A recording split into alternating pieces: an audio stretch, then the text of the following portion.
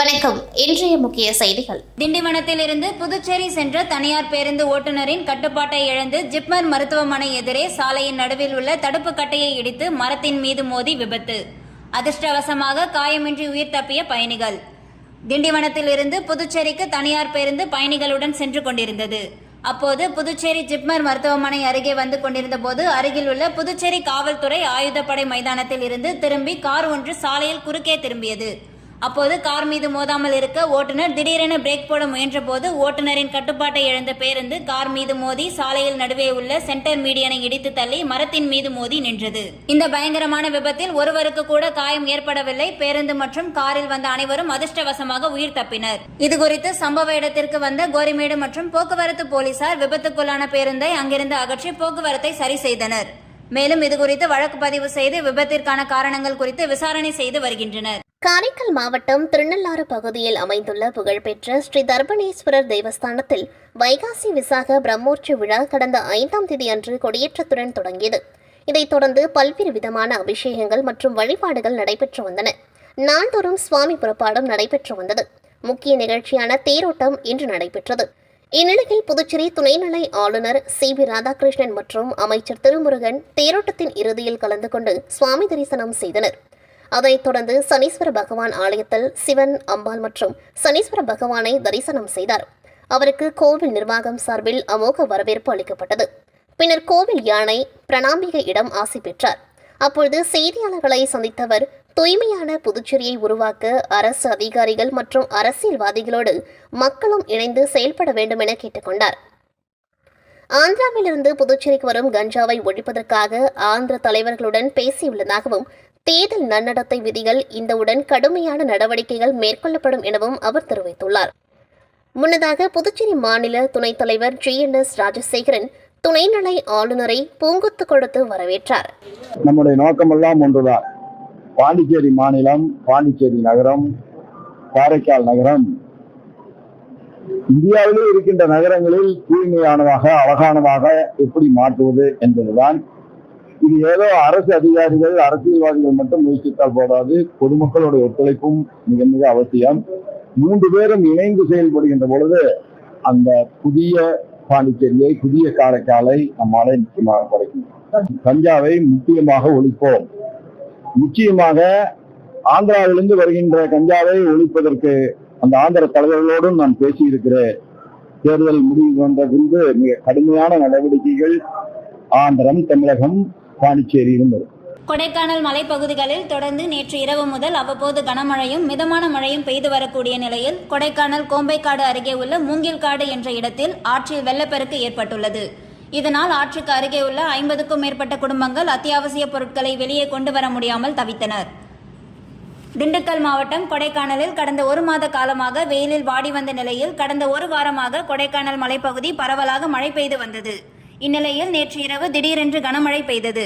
கொடைக்கானல் மலைப்பகுதியில் முழுவதும் தற்போது வரை மழை தொடர்ந்து பெய்து வருகிறது. இந்த நிலையில் கொடைக்கானல் அருகே உள்ள பல்லங்கி கோம்பையிலிருந்து மூங்கில்காடு செல்லக்கூடிய ஆற்றில் வெள்ளப்பெருக்கு ஏற்பட்டது. வெள்ளப்பெருக்கு ஏற்பட்டதால் மூங்கில்காட்டில் உள்ள 50க்கும் மேற்பட்ட குடும்பங்கள் அந்த ஆற்றை கடந்து வருவதற்கு கயிறுகள் கட்டி வருகின்றனர்.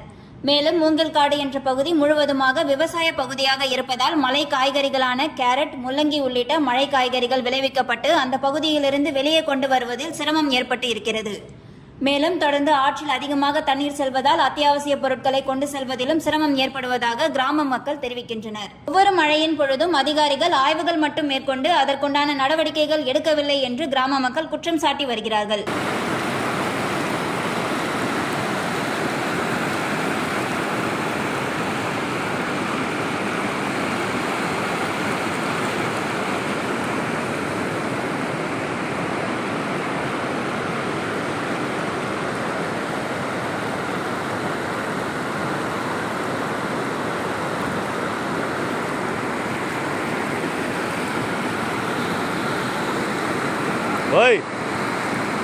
புதுச்சேரி ரெட்டியார்பாளையம் பகுதிக்குட்பட்ட ரவுடிகள் வீடுகள் மற்றும் பெட்டி கடைகளில் மோப்பநாய் உதவியுடன் போலீசார் அதிரடியாக சோதனையில் ஈடுபட்டனர். புதுச்சேரியில் கஞ்சா மற்றும் போதைப் பொருட்களை ஒழிக்க வேண்டி ஆபரேஷன் திரிசூல் என்ற பெயரில் போலீசார் தீவிர கண்காணிப்பு மற்றும் தடுப்பு பணியில் ஈடுபட்டு வருகின்றனர். இதன் மூலம் கஞ்சா உள்ளிட்ட போதைப் பொருட்கள் விற்பனையில் ஈடுபடுபவரை கைது செய்து அவர்கள் மீது நடவடிக்கை எடுக்கப்பட்டு வருகிறது. இந்த நிலையில் ரெட்டியார்பாளையம் காவல் நிலைய சரகத்திற்குட்பட்ட பகுதிகளில் கஞ்சா விற்பனை அதிகரித்துள்ளதாக போலீசாருக்கு தகவல் வந்தது. இதனையடுத்து போலீஸ் வடக்கு பகுதி காவல் கண்காணிப்பாளர் SP வீரவல்லவன் உத்தரவின் பேரில் ரெட்டியார்பாளையம் காவல் நிலைய inspector Balamurugan, sub inspector Kalaiyarasan மற்றும் போலீசார் மோப்பனாய் உதவியுடன் ரெட்டியார்பாளையம் காவல் நிலைய சரகத்திற்குட்பட்ட பகுதிகளில் உள்ள கஞ்சா குற்றவாளிகளின் வீடுகளில் சோதனையில் ஈடுபட்டனர். பிறகு அப்பகுதியில் உள்ள பெட்டி கடைகளில் கஞ்சா உள்ளிட்ட போதைப் பொருட்கள் விற்கப்படுகிறதா என சோதனை செய்தனர். இந்த சோதனையில் கஞ்சா போன்ற எந்தவித பொருட்களும் சிக்கவில்லை. மேலும் ரெட்டியார்பாளையம் பகுதியில் போலீசார் திடீர் சோதனையில் ஈடுபட்டது அந்த பகுதி மக்களிடையே பெரும் பரபரப்பை ஏற்படுத்தியது. புதுச்சேரி மற்றும் காரைக்கால் மீனவர்கள் 20ஆம் தேதி முதல் 23ஆம் தேதி வரை சூறாவளி காற்று வீசும் என்பதால் மீனவர்கள் கடலுக்கு மீன்பிடிக்க செல்ல வேண்டாம் என்று புதுச்சேரி மீன்வளத்துறை எச்சரித்து உள்ளது. இதுகுறித்து மீன்வளத்துறை இயக்குநர் முகமது இஸ்மாயில் வெளியிட்டுள்ள செய்திக்குறிப்பில் கூறியிருப்பதாவது: வானிலை எச்சரிக்கைப்படி தென்மேற்கு பருவமழை மாலத்தீவு அந்தமான் பகுதிகளில் நிலை கொண்டு உள்ளது. இதன் காரணமாக 20ஆம் தேதி முதல் 23ஆம் தேதி வரை புதுச்சேரி மற்றும் தமிழக கடலோர பகுதிகளில் சூறாவளி காற்று மணிக்கு 40 முதல் 45 கிலோமீட்டர் வேகத்திலும் வீசக்கூடும் என்பதாலும் இதனால் கடல் பகுதி சீற்றமாக காணப்படும் என்றும் தெரிவிக்கப்பட்டுள்ளது. எனவே புதுச்சேரி மற்றும் காரைக்கால் பகுதியை சேர்ந்த கட்டுமர மீன்பிடி படகு மீனவர்கள் எவரும் கடலுக்கு மீன்பிடிக்க செல்ல வேண்டாம் என்று கேட்டுக் கொள்ளப்படுகிறது. புதுச்சேரி மற்றும் காரைக்கால் பகுதியை சேர்ந்த கட்டுமர மீன்பிடி படகு மீனவர்கள் இந்த அறிவிப்பை தவறாத பின்பற்றி அரசுக்கு ஒத்துழைப்பு வழங்கி பாதுகாப்புடன் இருக்க வேண்டும் என்று மீன்வளத்துறை இயக்குநர் முகமது இஸ்மாயில் கேட்டுக் கொண்டுள்ளார். புதுச்சேரியில் காலை முதல் லேசான மழை பெய்து வருவதால் விவசாயிகள் மகிழ்ச்சி அடைந்துள்ளனர். புதுச்சேரியில் வழக்கத்தை விட இந்த ஆண்டு அதிகமாகவே வெயில் காணப்பட்டது. தற்போது வானிலை ஆய்வு மையம் அடுத்து வரும் 2 தினங்களுக்கு கனமழை பெய்யும் என்று எச்சரிக்கை விடுத்துள்ளது. இந்த நிலையில் புதுச்சேரியில் வானம் மேகமூட்டத்துடன் காணப்பட்டு குளிர்ச்சியான சூழல் நிலவி வருகிறது. மேலும் விவசாயிகள் விளைவிக்கப்பட்ட பயிர்களுக்கு தண்ணீர் இல்லாமல் வறண்டு வந்த நிலையில் தற்போது பெய்து வரும் லேசான மழையால் விவசாயிகளும் மகிழ்ச்சி அடைந்துள்ளனர். தொடர்ந்து காலை முதல் லேசான மழை பெய்து வருவதால் வேலைக்கு சென்றவர்கள் பலர் மழையில் நனைந்தபடியும் குடைகளை பிடித்தபடியும் சென்றனர். இதனால் பகல் நேரத்தில் வெயில் தாக்கம் குறைந்து இதமான சூழல் நிலவி வருவதால் மக்கள் மற்றும் விவசாயிகள் மகிழ்ச்சி அடைந்தனர். மழை காரணமாக கடல் அலைகள் சீற்றமும் அதிகமாக இருக்கும் என்பதால் கட்டுமரத்தில் மீன்பிடிக்க செல்லும் மீனவர்கள் இன்று முதல் மறு அறிவிப்பு வரும் வரை கடலுக்கு செல்ல வேண்டாம் என்று புதுச்சேரி மீன்வளத்துறை எச்சரித்து உள்ளது. புதுச்சேரி லப்போத் வீதியில் உள்ள ஒஸ்பீஸ் கான்வென்ட் ஆதரவற்ற முதியோர் பராமரித்து வரும் இல்லத்திற்கு இன்று திமுக கழக மாநில துணை அமைப்பாளர் உப்பளம் தொகுதி சட்டமன்ற உறுப்பினர் அனிபால் கென்னடி அவர்களிடம் உணவுக்கு தேவையான காய்கறிகள் வேண்டும் என்று மதர் கேட்டுக்கொண்டதின் பெயரில் இன்று தனது கழக சகோதரர்களுடன் சென்று உணவிற்கு தேவையான அனைத்து காய்கறிகள் 6 கிலோ வீதம் அவரால் முடிந்த அளவிற்கு உதவிகளை சட்டமன்ற உறுப்பினர் அனிபால் கென்னடி அவர்கள் வழங்கினார். உடன் தொகுதி செயலாளர் சக்திவேல், துணை தொகுதி செயலாளர் ராஜி, இருதயராஜ், விநாயகமூர்த்தி, மோரிஸ், ரகுமான் ஆகியோர் உடன் இருந்தனர்.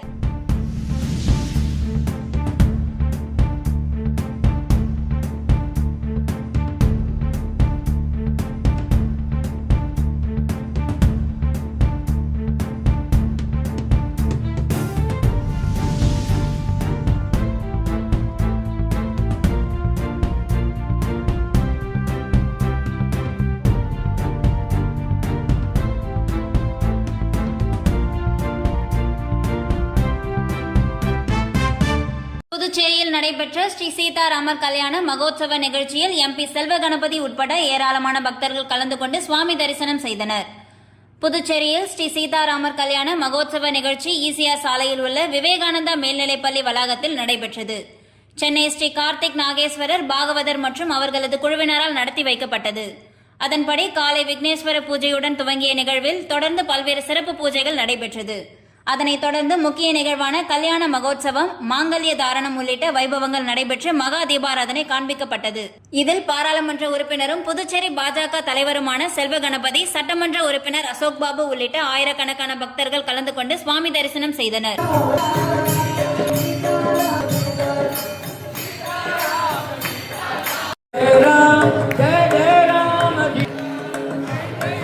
மண்ணாடிப்பட்டு கொம்யூன் பஞ்சாயத்து சார்பில் சிறப்பு துப்புரவு முகாமை ஆணையர் எழில்ராஜன் திருக்கனூர் பஜார் வீதியில் துவங்கி வைத்தார். புதுச்சேரி மாநில கவர்னர் ராதாகிருஷ்ணன் நகரம் மற்றும் கிராமப்புறங்களில் பொதுப்பணித்துறை மற்றும் உள்ளாட்சித்துறை தனியார் நிறுவனங்கள் மூலம் குப்பைகள் அகற்றப்படுவதில் தொய்வு ஏற்பட்டுள்ளதாகவும் குப்பைகள் அகற்றும் பணியினை தீவிரப்படுத்த வேண்டும் என அதிகாரிகளுக்கு உத்தரவிட்டார். இதையடுத்து உள்ளாட்சித்துறை இயக்குநர் நகரம் மற்றும் கிராமப்புறங்களில் தேங்கும் குப்பைகளை சரியான முறையில் உடனுக்குடன் அகற்றப்படுகிறதா என்பதை நகராட்சி மற்றும் கொம்யூன் பஞ்சாயத்து ஆணையர்கள் பார்வையிட்டு குழு அமைத்து கண்காணிக்க அறிவுறுத்தியுள்ளார். மேலும் புதுச்சேரி பகுதிகளை குப்பை இல்லாத மாநிலமாக மாற்ற சிறப்பு துப்புரவு முகாம் மற்றும் HR2 தனியார் நிறுவனம் மூலம் குப்பை அகற்றும் பணியினை ஆணையர்கள் தீவிரப்படுத்த வேண்டும் எனவும் தெரிவித்தார். இதன் ஒரு பகுதியாக மண்ணாடிப்பட்டு கொம்யூன் பஞ்சாயத்து சார்பில் 15 நாட்கள் சிறப்பு துப்புரவு முகாம் கொம்யூன் பஞ்சாயத்திற்கு உட்பட்ட அனைத்து பகுதிகளிலும் நடைபெற உள்ளது. அதன் ஒரு பகுதியாக திருக்கனூர் பஜார் வீதியில் முகாமை ஆணையர் எழில்ராஜன் துவக்கி வைத்து தினமும் கிராமத்தின் அனைத்து பகுதிகளுக்கும் சென்று சரியான முறையில் குப்பைகளை அகற்ற வேண்டும் என தனியார் நிறுவன ஊழியர்கள், சூப்பர்வைசர்கள் மற்றும் கொம்யூன் பஞ்சாயத்து ஊழியர்களுக்கு பல்வேறு அறிவுரைகள் வழங்கினார். தொடர்ந்து திருக்கனூர் பஜார் வீதியில் இருந்த குப்பைகள் மற்றும் சாலை நடுவே உள்ள தடுப்பு கட்டையில் இருந்த விளம்பர போஸ்டர்களை ஊழியர்கள் அகற்றும் பணியில் ஈடுபட்டனர். மேலும் திருக்கனூர் மற்றும் KR பாளையம் கிராம தெருக்களில் இருந்த குப்பைகள் அகற்றப்பட்டன. புதுச்சேரி மாநிலம் மதகடிப்பட்டு அருகே உள்ள களித்தீர்த்தல் குப்பம் பகுதியை சேர்ந்தவர் வதிஷ்டா. இவரது கணவர் நாராயணன் இவர்களுக்கு சொந்தமான வீட்டிலிருந்து அவரது மருமகள் மகேஸ்வரி என்பவர் அடித்து வெளியே அனுப்பிவிட்டதாக கலெக்டர் அலுவலகத்தில் புகார் மனு அளித்தார். இதுகுறித்து அவர்கள் கூறுகையில், நானும் எனது கணவரும் கஷ்டப்பட்டு கட்டிய வீட்டிலிருந்து அடித்து துரத்திவிட்டு எனது மருமகள் மட்டும் வாழ்ந்து வருகின்றார். வீடு என் பெயரில் உள்ளது, ஆனால் நான் இருக்கக்கூடாது. இது சம்பந்தமாக வில்லியனூர் சப் கலெக்டர் அலுவலகத்துக்கு வந்தோம். அங்கே சப் கலெக்டர் என் பெயரில் உள்ள வீடு எனக்கு சொந்தமில்லை என கூறிவிட்டார். நாங்கள் இருவரும் வயதானவர்கள், இந்த வயதில் களை வெட்டி சாப்பிடுகின்றோம். மருமகள் எங்கள் வீட்டை வாடகைக்கு விட்டு சாப்பிடுகின்றார். நீதி கிடைக்க வேண்டும் என வில்லியனூர் சப் கலெக்டர் அலுவலகத்துக்கு வந்தோம்.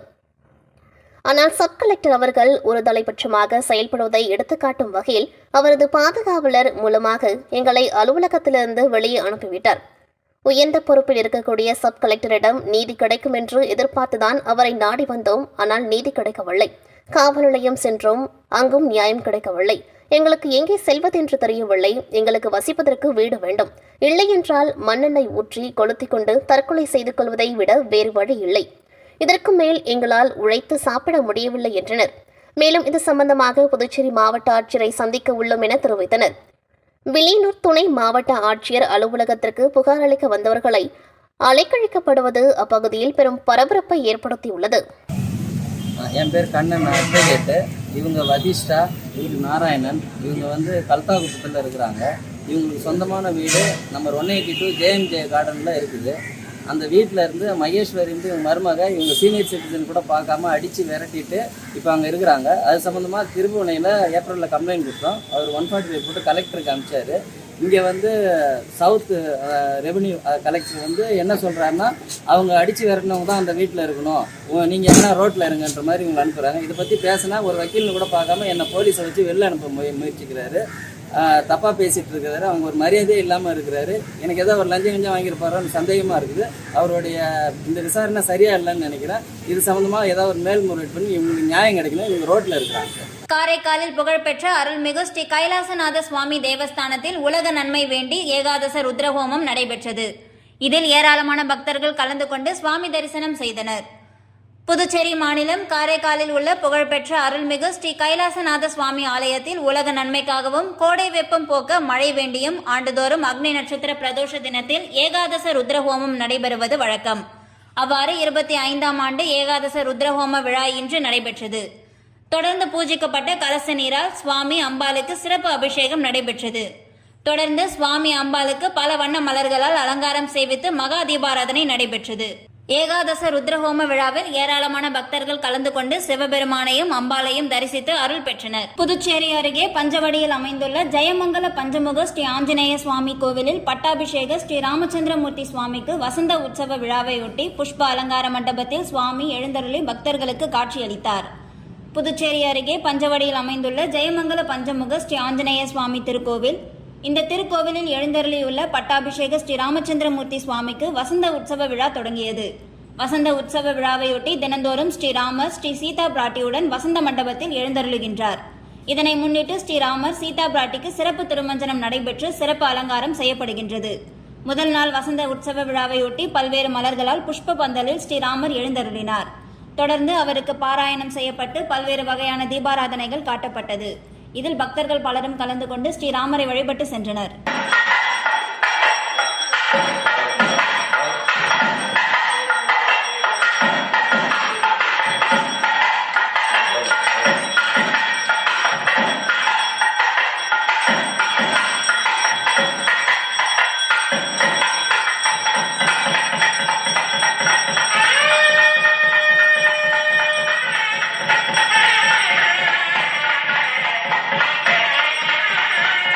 முள்ளிவாய்க்கால் ஈகியர்களுக்கு தமிழ் தேசிய பேரியக்கம் சார்பில் புதுச்சேரி ராசா திரையரங்கம் அருகில் வீர வணக்கம் செலுத்தப்பட்டது.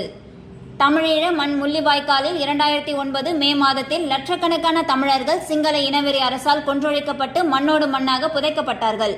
அந்த பேரழிவை மறக்காமல் இருக்கவும், அப்படுகொலைக்கு நீதி கிடைக்கவும், தமிழீழ மண் விடுதலை பெறவும் முள்ளிவாய்க்காலில் கொல்லப்பட்ட தமிழர்களுக்கு உலகம் முழுவதும் அஞ்சலி செலுத்தப்படுகிறது. அந்த வகையில் புதுச்சேரியில் ராசா திரையரங்கம் அருகில் முள்ளிவாய்க்கால் ஈகியருக்கு தமிழ் தேசிய பேரியக்கம் ஒருங்கிணைப்பில் மெழுகுதிரி ஏற்றியும் மலர் தூவியும் அஞ்சலி செலுத்தப்பட்டது. முள்ளிவாய்க்காலில் நடந்த போர்க்குற்றம், இனப்படுகொலை சர்வதேச விசாரணை வேண்டும். படுகொலைக்கு ஆளான தமிழீழ மக்களிடம் கருத்து வாக்கெடுப்பு நடத்த வேண்டும். இந்திய நாடாளுமன்றத்தில் இலங்கையில் நடந்த இனப்படுகொலை, போர்க்குற்றம் சர்வதேச விசாரணை வேண்டும் என்று தீர்மானம் நிறைவேற்ற வேண்டும் என்று முழக்கங்கள் எழுப்பப்பட்டது. மலரஞ்சலி நிகழ்வுக்கு தமிழ் தேசிய பேரியக்க புதுச்சேரி செயலாளர் ரா வேலிரையன் என்கிற வேல்சாமி தலைமை தாங்கினார். தமிழ் தேசிய பேரியக்க தோழர்கள் தமிழன்பன், அரங்கதுரை, மோகன்தாசு, பெர்னாட்ஷா, பாகூர் அன்பு நிலவன், பாகூர் அசோக், தரணிவேல், மகளிர் ஆணையம் புதுச்சேரி செயலாளர் தோழர் பிரியா, தமிழழகி ஆகியோர் முன்னிலை வகித்தனர். நாம் தமிழர் கட்சி புதுச்சேரி மாநில பொருளாளர் இளங்கோவன், நாம் தமிழர் மதியழகன், தொழிற்சங்க தலைவர் ரமேஷ், புதுவை தமிழ் எழுத்தாளர் கழக செயலாளர் புதுவை தமிழ் நெஞ்சன், புதுச்சேரி தன்னுரிமை கழக தலைவர் சடகோபன், தமிழ்ச்சிறகம் செயலர் சுகுமாரன், தமிழின உணர்வாளர் கார்த்திகேயன், பொதுமக்கள் உள்ளிட்டோர் ஈகியருக்கு அஞ்சலி செலுத்தினர். மண்ணாடிப்பட்டு கிராமத்தில் தனியார் பள்ளி உடற்பயிற்சி ஆசிரியர்கள் நடத்திய 6 ஓவர் கிரிக்கெட் போட்டி பரிசளிப்பு விழா நடைபெற்றது. புதுச்சேரி அடுத்த மண்ணாடிப்பட்டு பகுதியில் இயங்கும் தனியார் பள்ளி உடற்கல்வி ஆசிரியர்கள் மூலம் கோடை காலத்தை முன்னிட்டு மாணவர்கள் மற்றும் இளைஞர்கள் மத்தியில் விளையாட்டு திறனை ஊக்குவிக்கும் வகையில் 6 ஓவர் கொண்ட கிரிக்கெட் போட்டி 2 நாள் நடைபெற்றது. இதில் திருக்கனூர் மற்றும் அதன் சுற்றியுள்ள பல்வேறு கிராமங்களைச் சேர்ந்த 30 அணிகள் கலந்து கொண்டு தங்களுடைய திறமைகளை வெளிப்படுத்தினர். இப்போட்டியில் முதல் பரிசை மணவெளி அணியும், 2ஆம் பரிசை திருக்கனூர் அணியும், 3ஆம் பரிசு வம்புப்பட்டு அணியும் பெற்றன. வெற்றி பெற்ற அணிகளுக்கு முன்னாள் ராணுவ வீரர் நாராயணசாமி பரிசுகள் வழங்கினார். போட்டிக்கான ஏற்பாடுகளை உடற்கல்வி ஆசிரியர்கள் கணபதி, சுரேஷ்குமார், முரளிதரன், சுபாஷ் ஆகியோர் செய்திருந்தனர்.